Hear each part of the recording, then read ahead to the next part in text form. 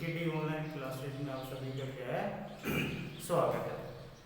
बच्चों पिछले क्लास में अपन ने देखा विद्युत अपघट्यों में चालकता से संबंधित टर्मिनोलॉजी। सबसे पहले पढ़ा था ओम का नियम, उसके बाद में पढ़ा था चालकत्व, उसके बाद में पढ़े थे अपन ने प्रतिरोध, फिर पढ़ा अपन ने विशिष्ट प्रतिरोध, उसके बाद में पढ़ा अपन ने चालकता या विशिष्ट चालकत्व, और फिर पढ़ा अपन ने क्या शैल स्थिरांक को। लास्ट में पढ़ा के गया था आपको मोलर चालकता कैसे निकालते हैं, मोलर चालकता के बारे में।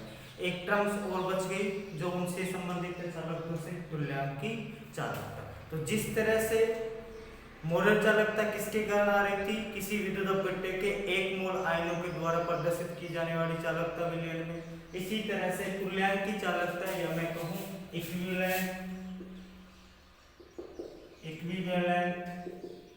कंडक्टिविटी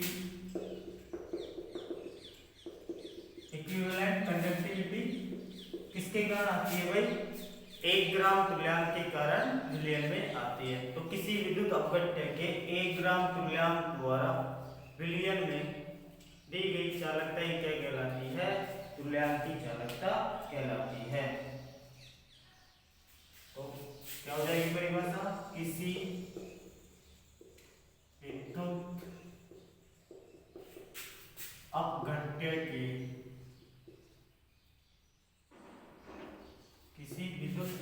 के 1 ग्राम तुल्यांकी भार द्वारा 1 ग्राम तुल्यांकी भार द्वारा विलयन में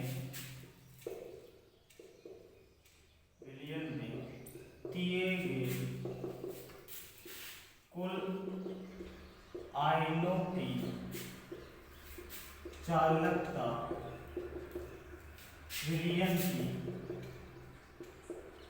विलयन की तुल्यांकी चालकता कहलाती है। विलयन की तुल्यांकी चालकता कहलाती है। तो क्या कह सकते हो, किसी विद्युत अपघट्य के 1 ग्राम तुल्यांकी भार द्वारा विलयन में दिए गए कुल आयनों की चालकता विलयन की तुल्यांकी चालकता कहलाती है। इसे लैम्डा इक्विवेलेंट से प्रदर्शित करते हैं। इसे लैम्डा, उसको किससे प्रदर्शित कर रहे थे मोलर चालकता को, लैम्डा एम से, तो इसको किससे प्रदर्शित करेंगे, लैम्डा इक्विवेलेंट। तो तुल्यांकी चालकता किसके बराबर हो जाएगी भाई, लैम्डा इक्विवेलेंट हो जाएगी भाई विशिष्ट चालकता इनटू 1 ग्राम तुल्यांक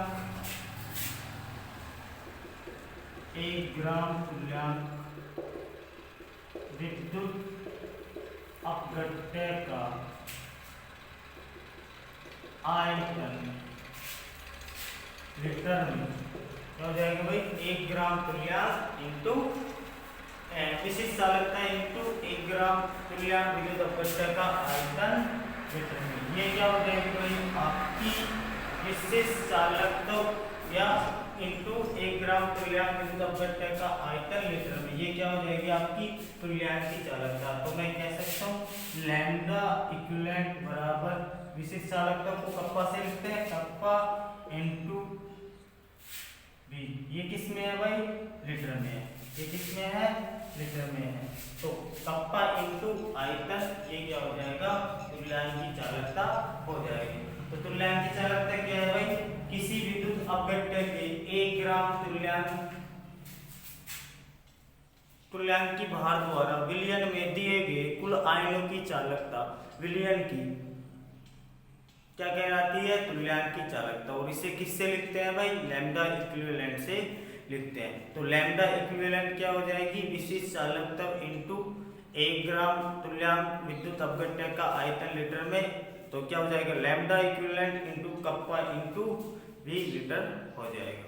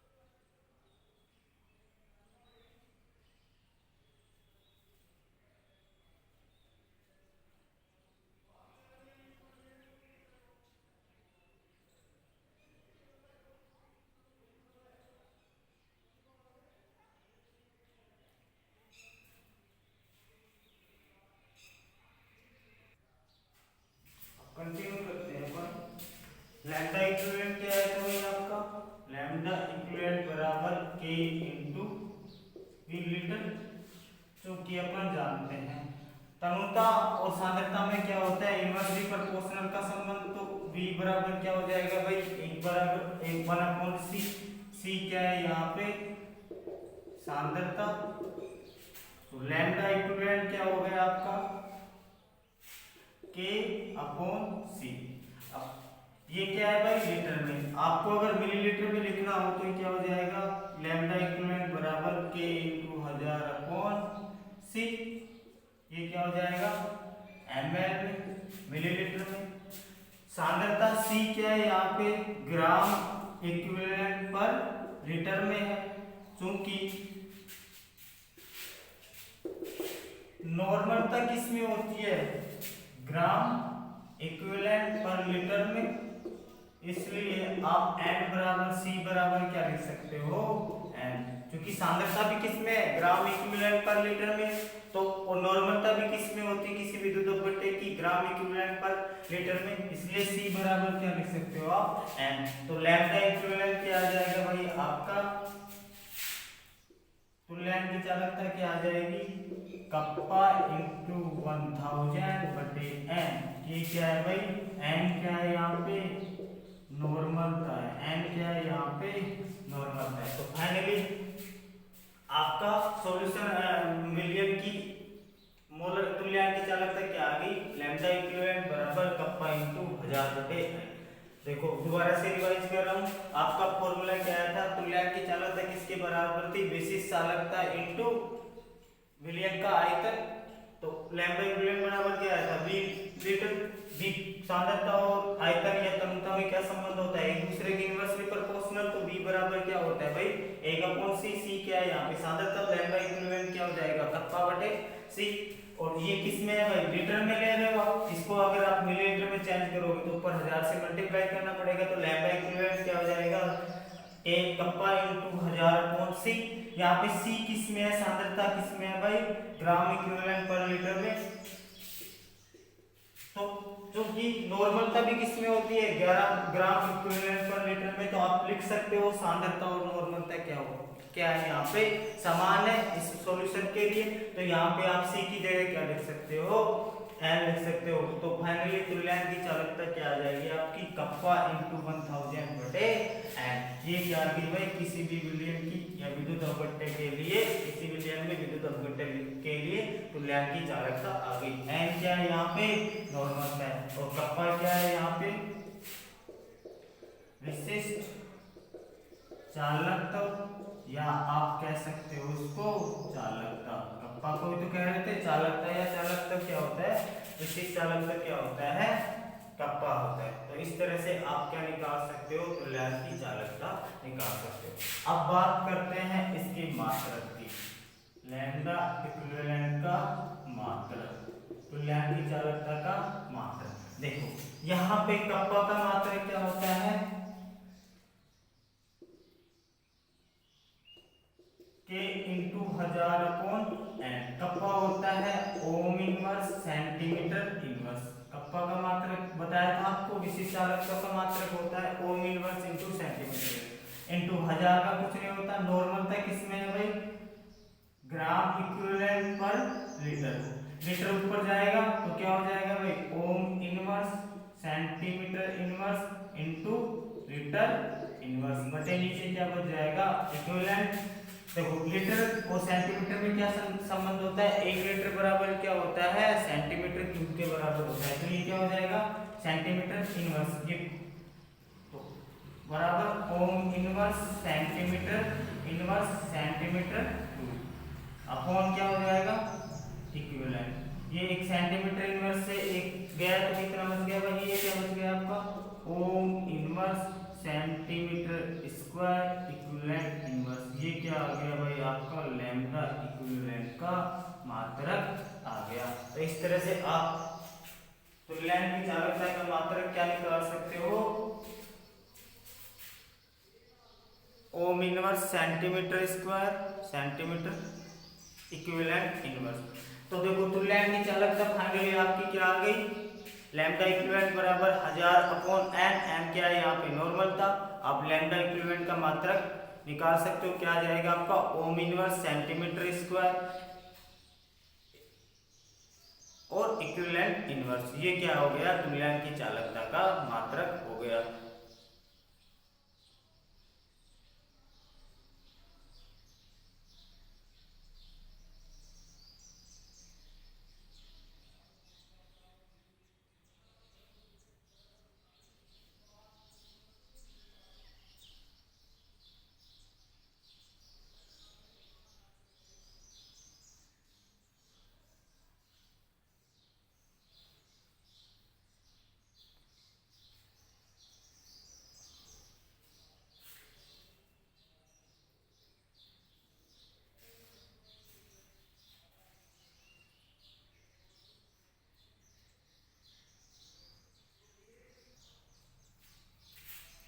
देखो बच्चों, फाइनली आपके लैम्बर्ट इक्विवेलेंट या तुल्यांक की चालकता का मात्रक इस वीडियो में नीचे कट रहा था, क्या आया था, ओम inverse centimetre square equivalent inverse, ये आया था।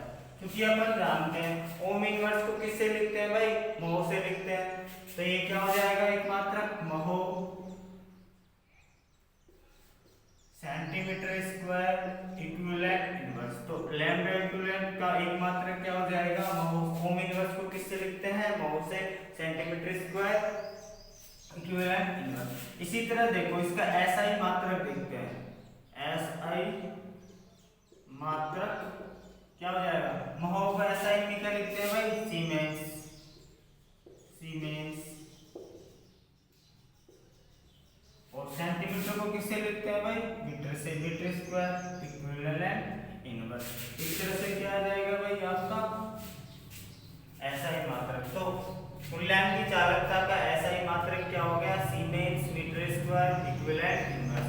तो तुल्यांक की चालकता का फॉर्मूला क्या आया था भाई, कप्पा इनटू 1000 बटे एन, एन क्या है वहां पे, विलयन की नॉर्मलता या किसी विद्युत अपघट्य की नॉर्मलता, और मात्रक क्या आ गया, ओम inverse centimetre square equivalent inverse, या आप कह सकते हो महो सेंटीमीटर स्क्वायर इक्विवेलेंट इनवर्स। और एसआई मात्रक क्या हो जाएगा, महो को एसआई में क्या लिखते हैं, ओम इनवर्स को एसआई में लिखते हैं सीमेंस, सेंटीमीटर किससे लिखते हैं, मीटर में, और इक्विवेलेंट क्या रहेगा, इक्विवेलेंट। तो ये क्या हो गया, तुल्यांक की चालकता का मात्रक।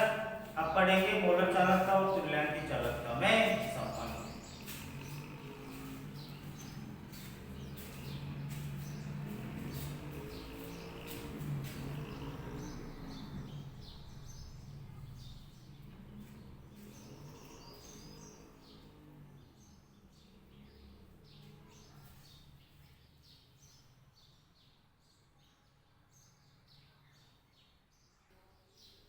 अब पढ़ते हैं पर मोलर चालकता और तुल्यांक की चालकता में संबंध। अब क्या है, मोलर चालकता, चालकता एवं तुल्यांकी, तुल्यांकी चालकता में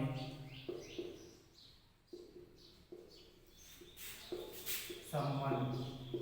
क्या पढ़ोगे, मोलर चालकता और तुल्यांक की चालकता में संबंध, अर्थात लैम्डा एम और लैम्डा इक्विवेलेंट में क्या पढ़ना है अपने को, संबंध पढ़ना है।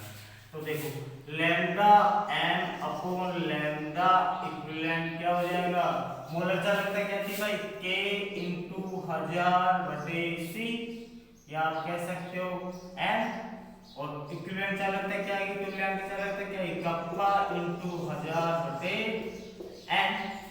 तो देखो 1000 से 1000 कट गया, कप्पा से कप्पा गया, आपका क्या बच गया भाई, लैम्डा एम मोलर चालकता बटे तुल्यांक की चालकता क्या बच गया, n ऊपर चला जाएगा, n अपॉन c, मतलब नॉर्मलता बटे सांद्रता।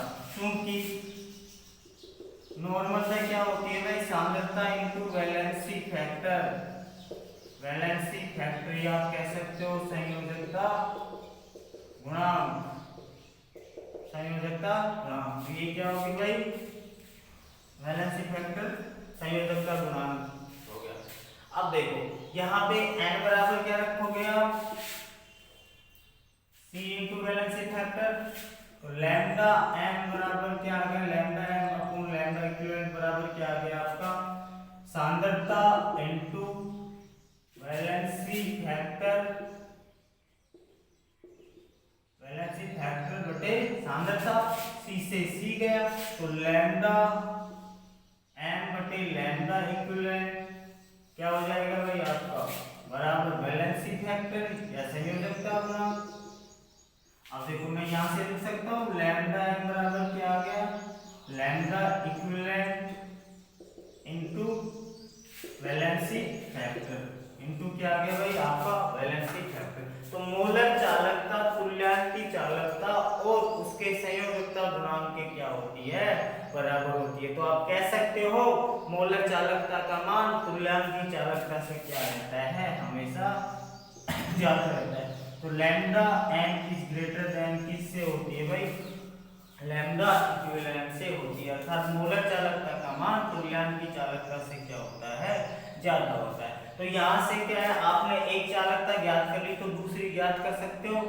अब किससे आपको पता होना चाहिए वैलेंसी फैक्टर किस किस तरह से कैसे निकालते हैं तो मैं आगे बताऊंगा भी वैलेंसी फैक्टर किसके लिए क्या होता है। तो देखो मोलर चालकता और तुल्यांक की चालकता में संबंध लैम्डा एम बटे लैम्डा इक्विवेलेंट लैम्डा एम क्या है यहाँ पे मोलर चालकता और लैम्डा इक्विवेलेंट क्या है यहाँ पे तुल्यांक की चालकता। तो मोलर चालकता बटे तुल्यांक की चालकता तो मोलर चालकता क्या होती है कप्पा इंटू 1000 अपॉन सी और तुल्यांक की चालकता होती है कप्पा इंटू 1000 बटे एम। तो कप्पा इंटू 1000 दोनों में कट जाएगा ऊपर चला जाएगा एम तो नॉर्मलता बटे सांद्रता क्या आ जाएगा ये आ जाएगा। क्योंकि अपन जानते हैं नॉर्मलता क्या होती है सांद्रता इंटू वैलेंसी फैक्टर क्या होती है सांद्रता या मोलरता जो भी लो आप उसके बराबर होती है। तो आप यहाँ पे नॉर्मलता बराबर क्या रखोगे सांद्रता इंटू वैलेंसी फैक्टर बटे सी। तो सांद्रता से सांद्रता कट गई तो दोनों का अनुपात किसके बराबर हो गया भाई वैलेंसी फैक्टर के हो गया। तो आप यहाँ से कह सकते हो कि मोलर चालकता किसके बराबर होती है तुल्यांक की चालकता और उसके संयोजकता गुणांक के बराबर होती है। तो आप कह सकते हो कि मोलर चालकता का मान हमेशा तुल्यांक की चालकता से क्या होता है बड़ा होता है। मोलर चालकता का मान हमेशा तो नहीं कह सकते जैसे वैलेंसी फैक्टर 1 आ गया तो क्या आएगा दोनों का मान बराबर हो सकता है। If valency factor is 1 then क्या हो जाएगा लैम्डा एम बराबर क्या हो जाएगा लैम्डा इक्विवेलेंट। यदि वैलेंसी फैक्टर का मान कितना आ जाए आपका 1 आ जाए तो मोलर चालकता और तुल्यांक की चालकता का मान क्या आ जाएगा 1 आ जाएगा बराबर हो जाएगा। तो इस तरह से आप कह सकते हो कि हमेशा तो नहीं पर सामान्यतः क्या होती है मोलर चालकता का मान क्या होता है बड़ा होता है तुल्यांक की चालकता से। और यदि वैलेंसी फैक्टर का मान क्या आ जाए 1 आ जाए तो क्या हो जाएगा भाई आपका दोनों का मान क्या हो जाएगा बराबर हो जाएगा। इस तरह से क्या होता है मोलर चालकता और तुल्यांक की चालकता में संबंध होता है।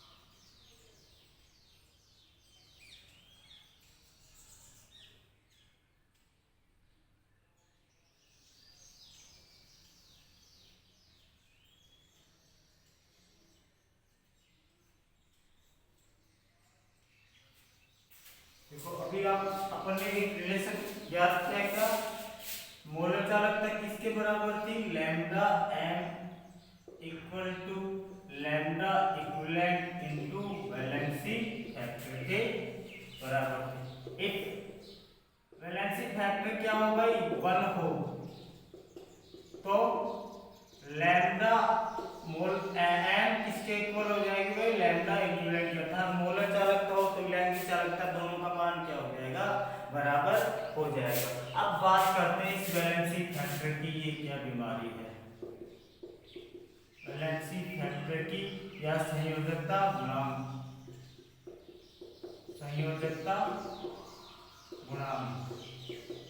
वैलेंसी फैक्टर या संयोजकता गुणांक। अब मैं सबकी अलग अलग बता रहा हूँ।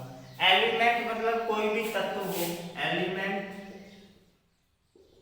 या तत्व तो उसकी जो संयोजकता होती है वही क्या होता है उसका वैलेंसी फैक्टर या संयोजकता गुणांक। तो एलिमेंट की क्या हो जाएगी भाई, संयोजकता ही क्या हो जाएगी, उसकी वैलेंसी फैक्टर। फॉर एग्जांपल से हाइड्रोजन की संयोजकता कितनी होती है 1, ऑक्सीजन की कितनी होती है 2, नाइट्रोजन कितनी होती है 3, एल्यूमिनियम की कितनी होती है 3। इसी तरह कॉपर की ध्यान रखना 1 होती है। कॉपर की देखो, कॉपर +1 और +2 दोनों ऑक्सीकरण अवस्था दर्शाता है, लेकिन कॉपर की +1 ऑक्सीकरण अवस्था स्थायी इलेक्ट्रॉनिक विन्यास के कारण क्या होती है, स्थायी होती है। इसलिए कॉपर का वैलेंसी फैक्टर कितना लेके चलोगे आप, 1 लेके चलोगे। अब बात करते हैं, ये तो क्या था, सामान्य तत्व देते हैं, जो भी है सल्फर के लिए क्या हो जाएगा 2 हो जाएगा, जो भी है फास्फोरस के लिए 3, जिनके लिए भी है तत्व की जितनी संयोजकता है उतनी क्या होगी, उसकी वैलेंसी फैक्टर होगा। अब बात करते हैं, कोई भी आयन है, आयन है, मान लो कोई Fe+2 Fe+3 Sn+2 Sn4, तो आयन का चार्ज या आवेशी क्या हो जाएगा, उसका वैलेंसी फैक्टर हो जाएगा। तो आयन का आवेशी क्या हो जाएगा, उसका वैलेंसी फैक्टर हो जाएगा। और एग्जांपल के लिए बात करें अपन, Sn+2 का कितना हो जाएगा 2, कॉपर +1 का 1, Fe+3 का कितना हो जाएगा 3, Fe+2 का कितना हो जाएगा 2 हो जाएगा। तो सिंपली अपन आयन की बात करते हैं, तो आयन का आवेशी क्या हो जाएगा, उसका संयोजकता गुणांक हो जाएगा। अब बात करते हैं एसिड की, कोई भी अम्ल है उसका वैलेंसी फैक्टर कैसे निकालते हैं। तो अम्ल की बेसिसिटी या आप कह सकते हो क्षारकता ही क्या होता है, उसका वैलेंसी फैक्टर होता है। क्षारकता से मतलब वो कितने H+ दे सकता है, कितने H+ दे सकता है, कितने H+ दे सकता है। फॉर एग्जांपल H2SO4 कितने दे सकता है भाई 2, HCl कितने दे सकता है 1। इस तरह H3PO4 कितने देगा भाई ये 3। ध्यान रखना, इनमें गड़बड़ मत करना। फॉस्फोरिक एसिड में H3PO4 कितने देता है 3, H3PO3 कितने देता है 2। क्यों देता है, क्योंकि जो आपके फास्फोरिक एसिड होते हैं उनमें एक बॉन्ड तो क्या होता है P डबल बॉन्ड O होता है, बाकी के क्या होता है भाई ऑक्सीजन। तो जैसे H3PO3 की बात करते हैं अपन, P डबल बॉन्ड है, 2 ऑक्सीजन बच गए, तो 2 के साथ 2 हाइड्रोजन लग जाएंगे और ये क्या बच गया, हाइड्रोजन बच गया।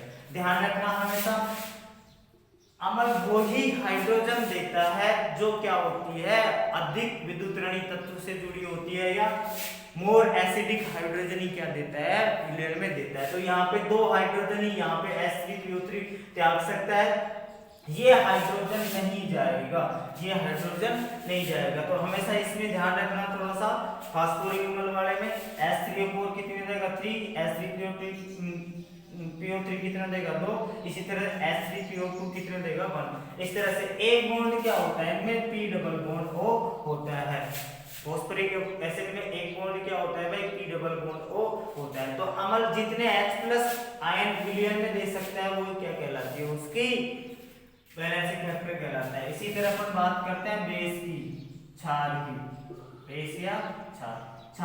क्षार की क्या होती है भाई एसिडिटी, मतलब अम्लता। क्षार की क्या होती है अम्लता, अर्थात कितने OH आयन देता है, कितने OH- आयन देता है।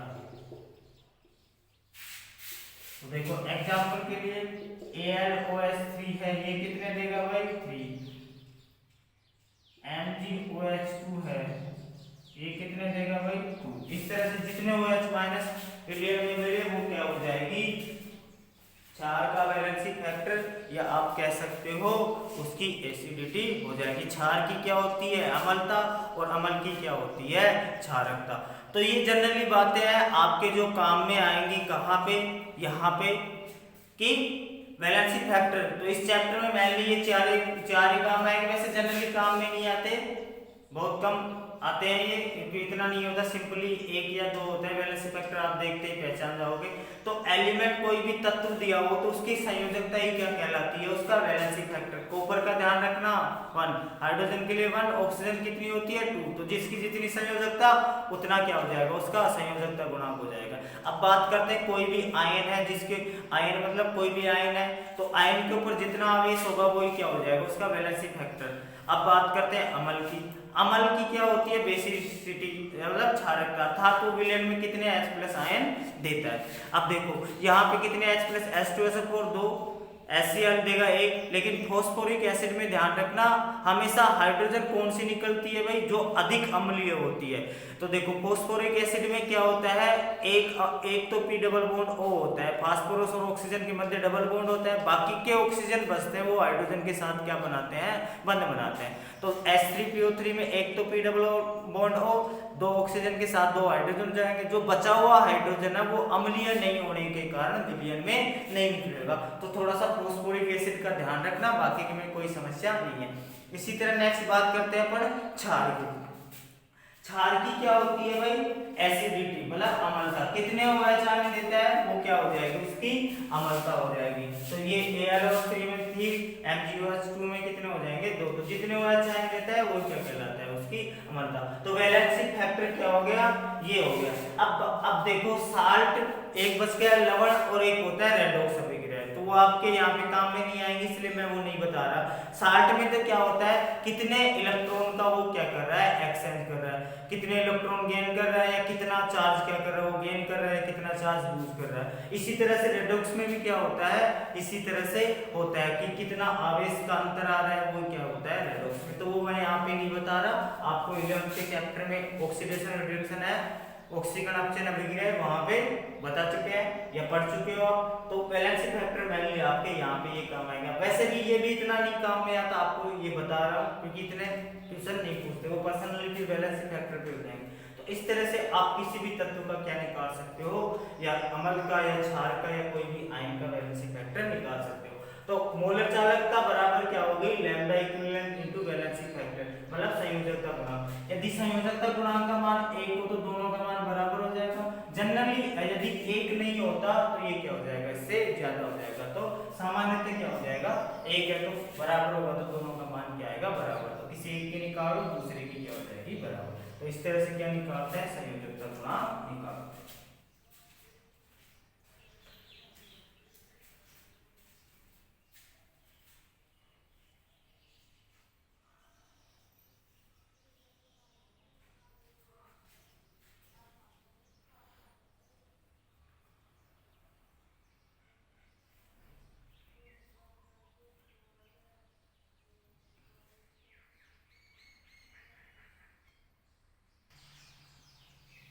देखो अपन बात करते हैं इनके ऊपर क्वेश्चन किस तरह से आते हैं। तो पहला क्वेश्चन दे रखे हैं आपको, एक चालकता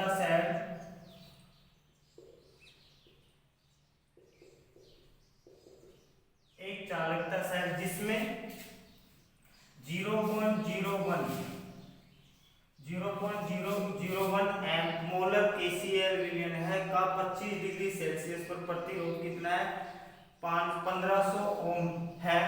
यदि 0.01 m KCl, m से मतलब क्या है, इसकी मोलरता या सांद्रता दे रखी है कि चालकता कितनी है भाई, 0.146 इंटू 10⁻³ S से मतलब है सीमेंस सेंटीमीटर इनवर्स हो। तो सेल स्थिरांक की गणना कीजिए। आपको देखो प्रतिरोध दे रखा है और चालकता का मान दे रखा है, अर्थात कप्पा का मान दे रखा है। कप्पा चालकता या विशिष्ट चालकता इसका मान दे रखा है, और आपसे क्या पूछ रहा है, सेल स्थिरांक पूछ रहा है। देखो मैंने सेल स्थिरांक पढ़ाया था तो आपको एक फॉर्मूला बताया था, चालकता बराबर क्या होता है, चालकता इंटू सेल स्थिरांक। क्या होता है भाई, सेल स्थिरांक। और चालकता किसके बराबर होता है भाई, 1/प्रतिरोध के, 1/प्रतिरोध के। तो यहां से आप क्या कर सकते हो, चालकता बराबर 1/प्रतिरोध इंटू सेल स्थिरांक। तो यहां से सेल स्थिरांक का मान क्या आ जाएगा भाई, प्रतिरोध इंटू चालकता। हो गया बिल्कुल ही, जिसे कि प्रतिरोध का मान दे रखा है आपको 1500 और चालकता दे रखी है आपको 0.146 इंटू 10⁻³ सीमेंस पर सेंटीमीटर स्क्वायर। अब देखो सीमेंस को क्या बोलते हैं भाई, ओम इनवर्स। सीमेंस को क्या बोलते हैं, ओम इनवर्स। और प्रतिरोध किसमें आपका, ओम में, तो ओम से ओम इनवर्स गया। अब देखो सेल स्थिरांक क्या आ जाएगा, जब आप इनको मल्टीप्लाई करते हो तो लगभग कितना आ जाएगा आपका आंसर, 0.219 पर सेंटीमीटर इनवर्स। सेल स्थिरांक का मान कितना आ जाएगा, 0.219 सेंटीमीटर इनवर्स, क्योंकि प्रतिरोध का मात्रक ओम में होता है। ओम सीमेंस बराबर क्या होता है, ओम इनवर्स, तो ओम से ओम इनवर्स कट गया तो क्या बच गया आपका सेंटीमीटर। मात्रक का ध्यान रखना भाई इस चैप्टर में।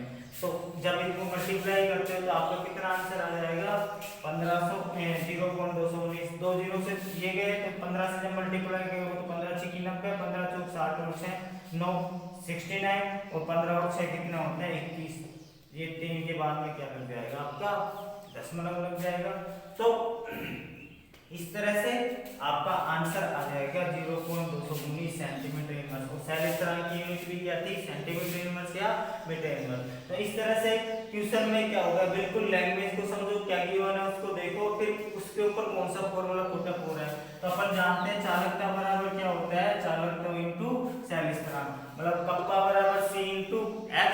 तो यहाँ से चालकता क्या, क्योंकि चालकता बराबर क्या होता है 1 प्रतिरोध, तो यहाँ पे क्या हो जाएगा, चालकता बराबर 1 प्रतिरोध इनटू सेल स्थिरांक। और यहाँ से सेल स्थिरांक का मान निकालोगे तो क्या आ जाएगा, प्रतिरोध गुणा चालकता। चालकता का मान आपको दिया हुआ है, प्रतिरोध का मान दिया हुआ है, बस गुणा ही करना है, सीधा सा आंसर। इस तरह से आप इसमें दिए हुए इक्वेशन निकालो।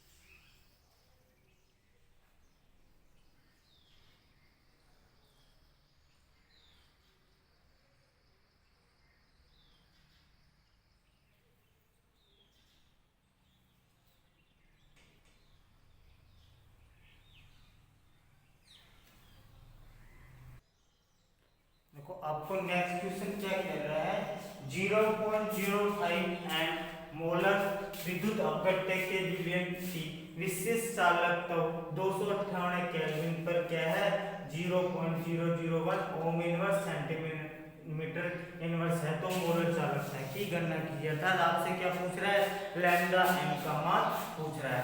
तो देखो आपको गिवन क्या है, यहाँ पे सांद्रता दी है आपको कितनी, 0.05 एम मोलर, ठीक है। आगे क्या दिया, विशिष्ट चालकता मतलब कप्पा या चालकता कितना दिया आपको, 0.08 ओम इनवर्स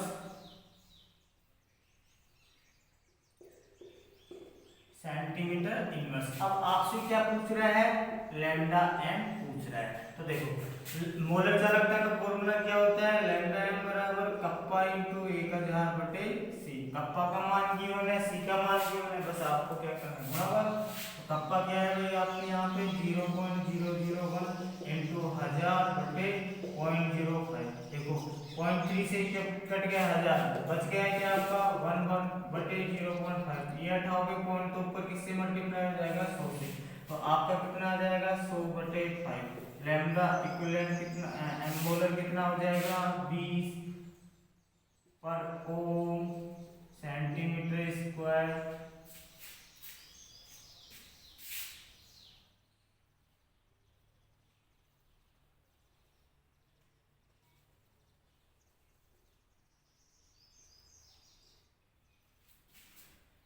लैम्डा मोलर कितना हो जाएगा भाई आपका 20 पर ओम सेंटीमीटर स्क्वायर पर मोल आ जाएगा। तो आपकी मोलर चालकता का मान कितना आ गया भाई आपका 20 ओम पर ओम सेंटीमीटर स्क्वायर पर मोल हो जाएगा। तो देखो आपको क्वेश्चन में सांद्रता दे रखी है, विशिष्ट चालकत्व या चालकता दे रखी है, के का मान दे रखा है, कप्पा का सी का मान दे रखा है, और लैम्डा एम क्या होता है, मोलर चालकता बराबर क्या होता है, कप्पा इंटू 1000 अपॉन सी। तो जब आप रखोगे तो कितना आ जाएगा आपका मान 20 पर ओम सेंटीमीटर स्क्वायर पर मोल क्या आ जाएगा आपका मान आ जाएगा।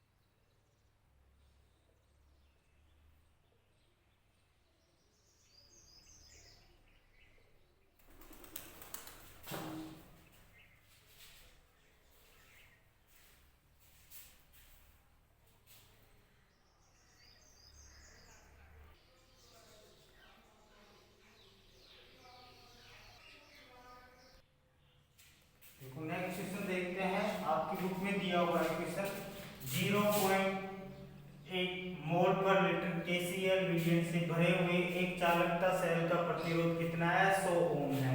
यदि उसी सेल का प्रतिरोध 0.02 मोल पर लीटर इनवर्स KCl विलयन भरने पर कितना होता है भाई, 520 ओम हो। तो 0.02 मोल पर लीटर KCl विलयन की क्या पूछ रहा है आपको, चालकता और मोलर चालकता। उसने क्या दिया हुआ है, 0.1 मोल पर लीटर KCl विलयन की चालकता दी है। देखो क्वेश्चन की लैंग्वेज थोड़ी चटपटी लग रही है, पर एक बात समझो, 0.1 मोलर KCl विलयन के लिए प्रतिरोध कितना दिया हुआ है आपको, 100 है, और उसके लिए क्या, उसकी चालकता कितनी दे रखी है, 1.29। तो वो पूछ रहा है कि 0.02 एम मोलर सांद्रता बढ़ा के उसने प्रतिरोध कितना कर दिया, 520 ओम। तो आपसे पूछ रहा है कि 0.02 मोल पर लीटर KCl विलयन की चालकता।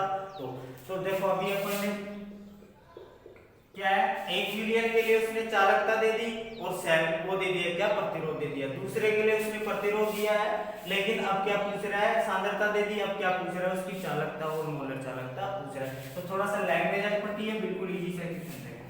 आपको अभी क्या बताया था, सेल स्थिरांक तो क्या होगा, पूरे सेल के लिए बराबर होगा भाई, सेल स्थिरांक क्या होगा, पूरे सेल के लिए बराबर होगा। तो सेल स्थिरांक क्या आया था अपने, चालकता इनटू प्रतिरोध। इससे पहले वाले क्वेश्चन, फर्स्ट वाले क्वेश्चन में किया था अपन ने, सेल स्थिरांक बराबर क्या आया था, चालकता इनटू प्रतिरोध। तो यहां से सेल स्थिरांक का मान निकल जाएगा।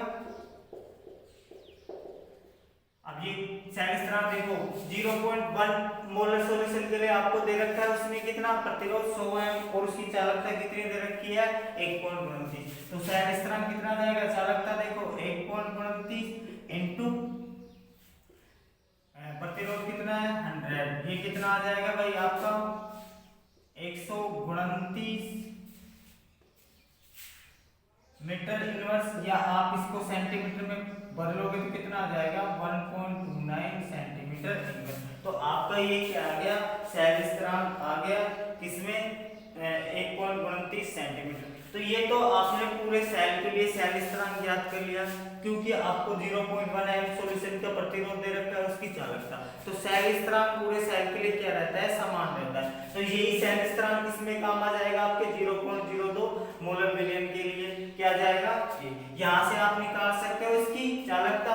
तो क्या हो जाएगी भाई, 0.02 मोल पर लीटर इनवर्स KCl विलयन की चालकता क्या हो जाएगी भाई, चालकता क्या आएगी,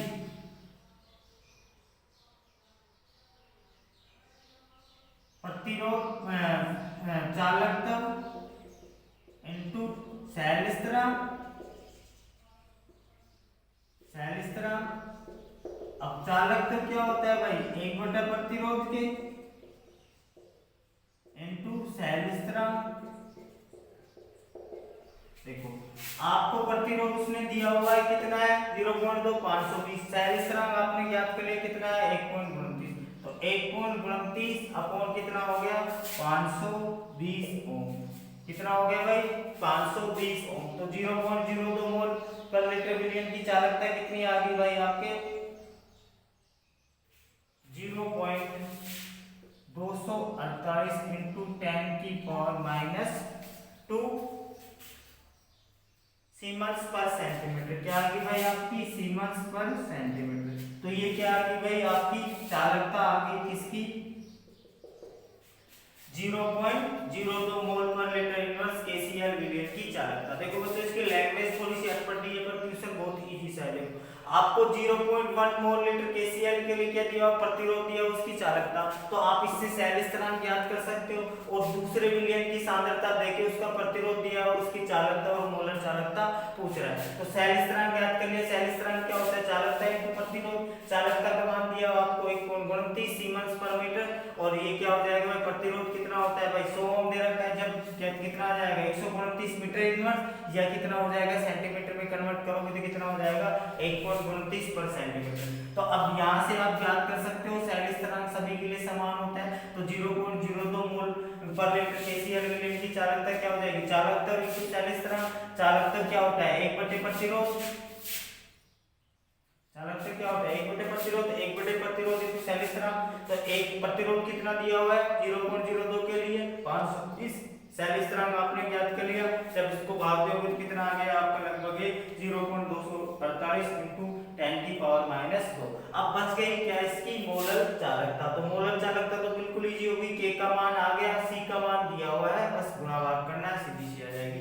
तो पहले इसको नोट करो इसके आगे क्या करते हैं इसकी मोलर चालकता।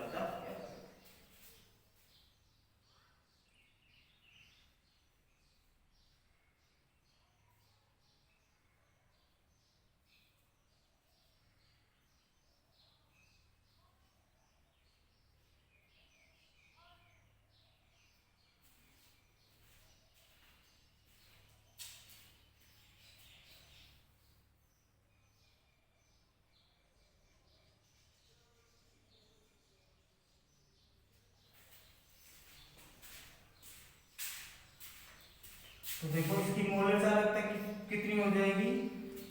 मोलर चालकता लैम्डा एम बराबर क्या होता है कप्पा इंटू 1000/c। अब कप्पा का मान आपने ज्ञात कर लिया कितना है 0.248 इंटू 10⁻⁻2 सीमेंस पर सेंटीमीटर इंटू 1000 सांद्रता कितनी है 0.02। जब इसको सोल्व करोगे काटोगे तो कितना आ जाएगा भाई आपका लगभग 124 सीमेंस पर सेंटीमीटर स्क्वायर पर मोल आ जाएगा। आपको कितना आएगा भाई सीमेंस 124 सीमेंस सेंटीमीटर स्क्वायर पर मोल आ जाएगा।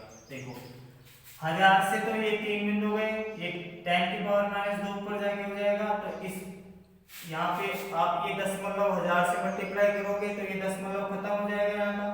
ये यहाँ से दशमलव हटाओगे तो ऊपर 100 से मल्टीप्लाई होगा तो ये 1/100 होगा। तो ये भी क्या हो जाएगा इसको थोड़ा सा और सोल्व कर लो। इसको आगे 1000 से मल्टीप्लाई करोगे तो कितना हो जाएगा 248 नीचे कितना बचा है 0.02। ये आगे नीचे ऊपर नीचे मल्टीप्लाई हो जाएगा 100 से 10⁻⁻2। ये कितना हो जाएगा 248/2। ये 100 से मल्टीप्लाई होगा तो कितना आ गया आपका 124 सीमेंस सेंटीमीटर स्क्वायर पर मोल क्या आ गई आपकी मोलर चालकता। तो मोलर चालकता का मान कितना आ गया 124 सीमेंस सेंटीमीटर स्क्वायर पर मोल इनवर्स आ गया। इस तरह से क्या ज्ञात करोगे इसकी मोलर चालकता। बिल्कुल इजी सा क्वेश्चन है। लैंग्वेज थोड़ी सी क्या है अटपटी है तो इसमें घबराने की कोई बात नहीं। तो देखो सबसे पहले इस क्वेश्चन में क्या कह रहा है 0.1 मोल पर लीटर केसीएल विलियन के लिए क्या दिया हो उसने प्रतिरोध दिया और उसकी चालकता कितनी दे रखी है 1.29 सीमेंस पर मीटर। अब देखो इसका प्रतिरोध दिया हुआ है चालकता दी हुई है तो सेल स्थिरांक की गणना कर सकते हो। चूंकि सेल स्थिरांक पूरे सेल के लिए क्या रहता है समान रहता है वो चेंज नहीं रहता। तो किसी एक सांद्रता के लिए सेल स्थिरांक ज्ञात कर लो दूसरी के लिए वही मान्य हो जाएगा। तो सेल स्थिरांक बराबर अपन ने पहले क्वेश्चन में क्या निकाला था या पिछले लेक्चर में आपको बताया था चालकता इंटू प्रतिरोध। चालकता कितनी है 1.29 इंटू 100 तो कितना आ गया भाई आपका 129 पर मीटर। या आप कह सकते हो 1.29 पर सेंटीमीटर इनवर्स। तो आपने सैल स्थिरांक ज्ञात कर लिया, 0.02 मोल पर लीटर केसीएल विलयन की क्या ज्ञात कर लोगे, चालकता। और चालकता क्या होती है, चालकता इंटू सैल स्थिरांक। और चालकता क्या होता है, 1/प्रतिरोध। और सैल स्थिरांक आपने ज्ञात कर लिया, प्रतिरोध चालकता सैल स्थिरांक कितना है आपका 1.29 पर सेंटीमीटर। और प्रतिरोध कितना दिया हुआ है 0.02 का 520 ओम। जब आप ये सोल्व करते हो तो कितना आता है 0.248 × 10⁻² सीमेंस पर सेंटीमीटर। क्योंकि अपन जानते हैं मोलर चालकता क्या होती है, कप्पा इंटू 1000/c। सी का मान दे रखा है आपको 0.02, कप्पा का मान आपने ज्ञात कर लिया। जब आगे इसको सोल्व करते हो तो आपका कितना आता है आंसर 124 सीमेंस सेंटीमीटर स्क्वायर पर मोल किया जाएगा आपकी मोलर चालकता का मान। तो ये डरावना सा क्वेश्चन लगता है, लेकिन सॉल्यूशन क्या है इसका, बिल्कुल इजी है।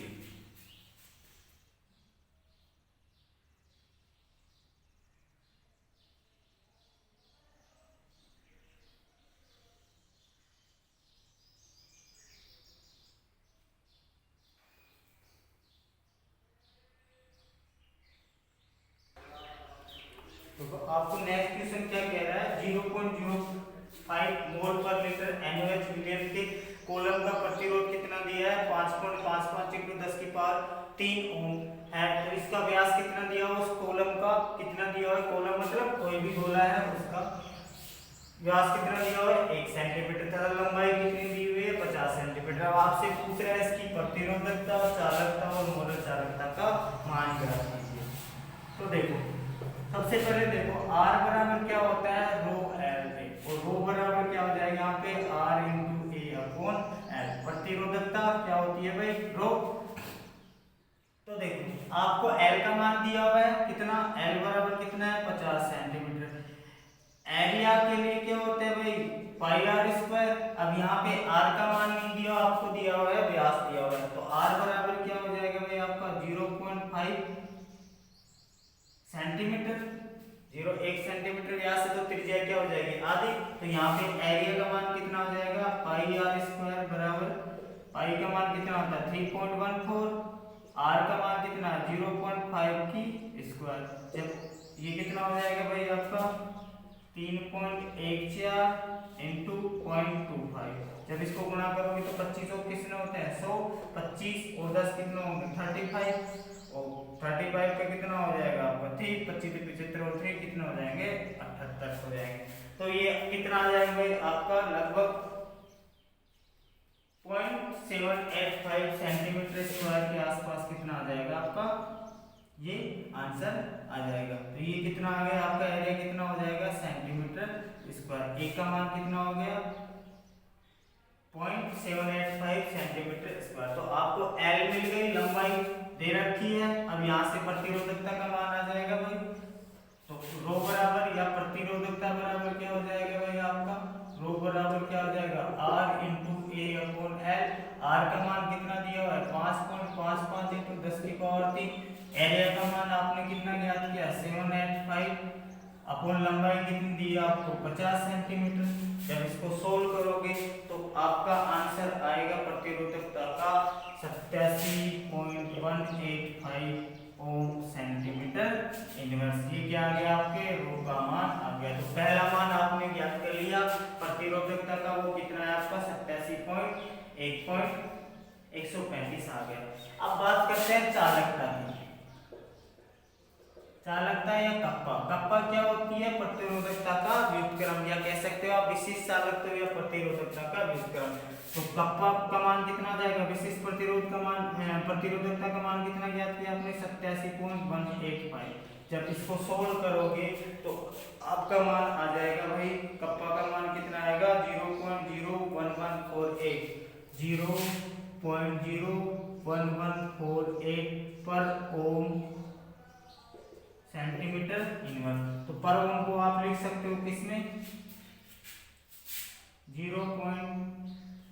तो कप्पा बराबर क्या आ गया भाई आपका 0.0148 सीमेंस पर सेंटीमीटर। अब देखो लैम्डा मोलर चालकता का मान कितना हो जाएगा भाई आपका कप्पा × 1000 अपॉन c। कप्पा का मान आपका आ गया 0.148 × 1000/c सांद्रता कितनी दी हुई आपको 0.05। जब इसको सोल्व करते हो तो मोलर चालकता का मान आपका आता है भाई 229.6 सीमेंस पर सेंटीमीटर स्क्वायर पर मोल इनवर्स। इस तरह से आपने क्या ज्ञात कर लिए, इसकी मोलर चालकता, चालकता और प्रतिरोधकता का मान ज्ञात कर लिया।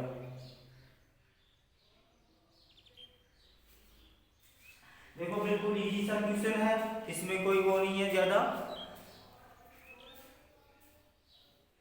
देखो आपको दिया हुआ है सांद्रता का मान दे दिया उसने 0.05। अब क्या कर रहा है, प्रतिरोध दे दिया उसने, कॉलम के लिए व्यास दे दिया, उसकी लंबाई दे दी। आपसे पूछ रहा है क्या, प्रतिरोधकता, चालकता और मोलर चालकता का मान। तो प्रतिरोधकता चको अपन जानते हैं, प्रतिरोध बराबर क्या होता है रो एल है, और रो बराबर क्या हो जाएगा R into A upon L. L का मान दे रखा है लंबाई 50 सेंटीमीटर, एरिया होता है पाई आर स्क्वायर किसी भी कॉलम का। आर का मान नहीं दे रखा, लेकिन आपको क्या कह रहा है, व्यास दे रखा है, तो व्यास का आधा क्या होता है त्रिज्या होती है। तो त्रिज्या का मान कितना हो जाएगा भाई 0.5 सेंटीमीटर। तो एरिया का मान आ जाएगा आपका यहाँ से पाई आर स्क्वायर 3.14 इंटू 0.5 का स्क्वायर। तो ये मान कितना आ जाएगा, क्षेत्रफल अनुप्रस्थ क्षेत्रफल 0.78500 आ जाएगा। तो प्रतिरोधकता या आपकी क्या कह सकते हो विशिष्ट चालकता, प्रतिरोधकता रो बराबर क्या हो जाएगा भाई आपका आर ए इंटू एल। तो ये जब आप इसको मल्टीप्लाई करते हो 5.55 into 10⁻³ into 0.85 upon 50 centimetre. L का मान जब इसको सोल्व करते तो प्रतिरोधकता कितनी आ गई भाई आपकी 87.135 135 ओम सेंटीमीटर इनवर्स। क्योंकि अपन जानते हैं चालकता क्या होती है, प्रतिरोधकता का व्युत्क्रम। तो कप्पा का मान क्या जाएगा 1/रो। तो 1/87.185 को सोल्व करोगे तो कितना आएगा आपका 0.01148 ओम इनवर्स सेंटीमीटर इनवर्स। तो ओम इनवर्स को किससे लिखते हैं SI में, सीमेंस से। तो आप कह सकते हो कप्पा का मान कितना आ गया भाई आपका 0.01148 सीमेंस पर सेंटीमीटर स्क्वायर। अब यहाँ पे देखो लैम्डा मोलर चालकता क्या हो जाएगी, कप्पा इंटू 1000 बटे सी का मान कितना दिया हुआ है 0.05। कप्पा का मान आपने ज्ञात कर लिया इंटू 1000। जब इसको सोल्व करते हो तो कितना आता है 229.6 सीमेंस सेंटीमीटर स्क्वायर पर मोल। तो ये आपकी आ गई मोलर चालकता आ गई। इसके लिए यदि आपको तुल्यांक की चालकता भी ज्ञात करनी पड़े तो इसका एन फैक्टर कितना हो जाएगा भाई 1। तो दोनों का मान क्या आएगा, समान आएगा। तुल्यांक की चालकता और मोलर चालकता का मान क्या आएगा, समान आएगा। इस तरह से आपको किस टाइप के न्यूमेरिकल पूछ सकते हैं वो करवा दें आपको 4 न्यूमेरिकल। थोड़ी सी आपके बुक की लैंग्वेज थोड़ी टिपिकल लगती है, लेकिन क्वेश्चन इतने टिपिकल नहीं होते। तो थोड़ा सा लैंग्वेज को समझो, फिर आप क्या करो उस क्वेश्चन को अटेम्प्ट करो, थोड़ा सा कॉमन सेंस का यूज करो, फिर क्या हो जाएगा इजीली क्वेश्चन हो जाएगा।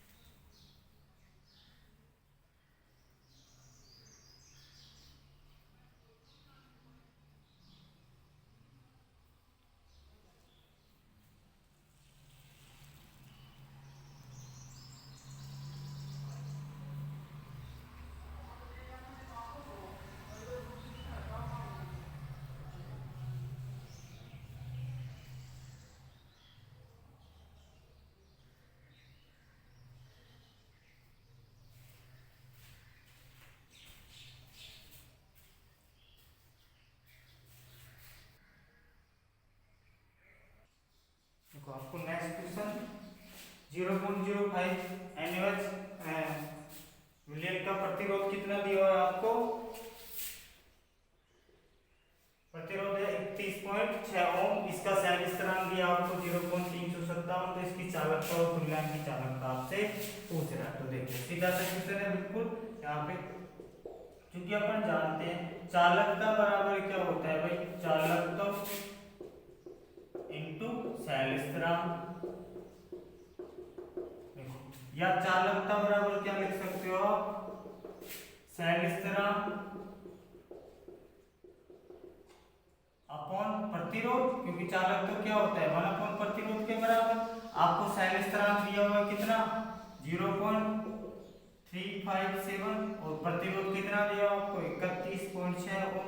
तो चालकता का मान कितना आ गया भाई आपको, जब आप इसको सोल्व करते हो तो लगभग चालकता आ जाएगी आपकी 0.0113 पर ohm centimetre inverse, ohm inverse centimetre inverse. तो आपकी चालकता का मान कितना आ गया भाई 0.0113 ओम इनवर्स सेंटीमीटर इनवर्स। देखो यहाँ पे आपसे पूछ रहा है तुल्यांक की चालकता और सॉल्यूशन क्या है मोलरता में दिया हुआ है। तो तुल्यांक की चालकता क्या होती है लैम्डा इक्विवेलेंट बराबर A × 1000/n। तो कप्पा का मान आपने ज्ञात कर लिया चालकता, n का मान नहीं पता, क्योंकि अपन जानते हैं नॉर्मलता क्या होती है भाई, नॉर्मलता बराबर क्या होती है मोलरता इनटू वैलेंसी फैक्टर। ये क्या है नॉर्मलता और मोलरता इनटू वैलेंसी फैक्टर, या आप कह सकते हो संयोजकता। मोलरता कितनी दी है 0.05। तो देखो NaOH में देखो कितने OH माइनस जाएंगे 1, तो 1 जाएगा तो इसकी नॉर्मलता कितनी हो जाएगी 0.05 n। तो नॉर्मलता और मोलरता दोनों का मान क्या आ गया यहाँ पे बराबर आ गया। तो बस और क्या है लैम्डा इक्विवेलेंट बराबर है तो कप्पा इनटू 1000/n। कप्पा का मान आपने ज्ञात किया कितना 0.0113 इनटू 1000 नॉर्मलता कितनी है आपकी 0.05। जब इसको सोल्व करोगे लैम्डा इक्विवेलेंट तो 5 का भाग दे दो इसमें, ये कितना आ जाएगा लगभग आपका आएगा 226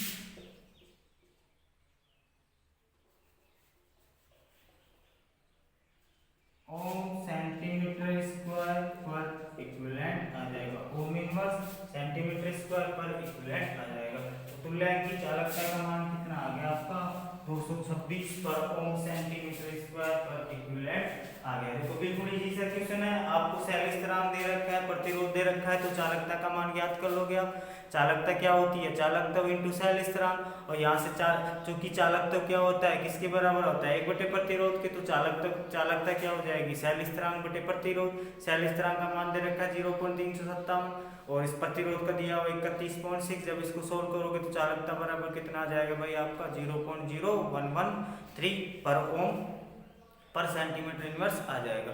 अपन जानते हैं लैम्डा इक्विवेलेंट या तुल्यांक की चालकता क्या होती है कप्पा इनटू 1000/n नॉर्मलता। तो के का मान आपने ज्ञात कर लिया, चूंकि नॉर्मलता क्या होती है मोलरता इनटू वैलेंसी फैक्टर। यहाँ पे मोलरता दी हुई है आपके 0.05 m, तो NaOH के लिए वैलेंसी फैक्टर 1 हो जाएगा, क्योंकि 1 OH माइनस का क्या करेगा ये विलयन में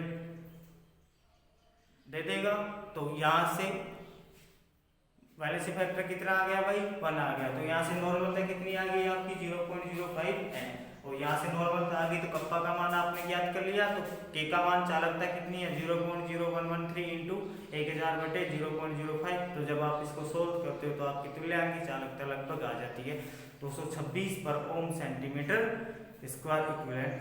इस तरह से मैंने जो आपको विद्युत अपघटक की चालकता से संबंधित टर्मिनोलॉजी बताई, इसके ऊपर किस तरह से न्यूमेरिकल आते हैं वो भी करवा दिए, सभी टाइप के न्यूमेरिकल करवा दिए हैं। इस इन टाइप के क्या बनते हैं न्यूमेरिकल बनते हैं। अब इसके बाद में टॉपिक शुरू करेंगे अपन चालकता, विशिष्ट चालकता या विशिष्ट चालकता, मोलर चालकता, तुल्यांक की चालकता, प्रबल विद्युत अपघटक, दुर्बल विद्युत अपघटक पर तनुता का क्या प्रभाव पड़ता है वो नेक्स्ट वीडियो में शुरू करेंगे। तो अगले वाला टॉपिक चालकता पर या विशिष्ट चालकता पर या आप कहते हो चालकता पर या मोलर चालकता पर तनुता का प्रभाव इंपॉर्टेंट होता है, जो कई बार अक्सर बार 2 से 4-5 बार क्या पूछा हुआ है आपके बोर्ड एग्जाम में पूछा हुआ है। तो अगले वाला टॉपिक क्या है बहुत ज्यादा इंपॉर्टेंट है, जो जहाँ से आपके एग्जाम में क्या आते हैं क्वेश्चन आते हैं। आज की क्लास यहीं तक होगी। थैंक यू बच्चों, चैनल को लाइक करो, सब्सक्राइब करना मत भूलना प्लीज। सभी बच्चे क्या करो सब्सक्राइब करो, नीचे रेड कलर में आता है सब्सक्राइब, उसको क्या करो लाइक और सब्सक्राइब करो। आज की क्लास यहीं तक, थैंक यू।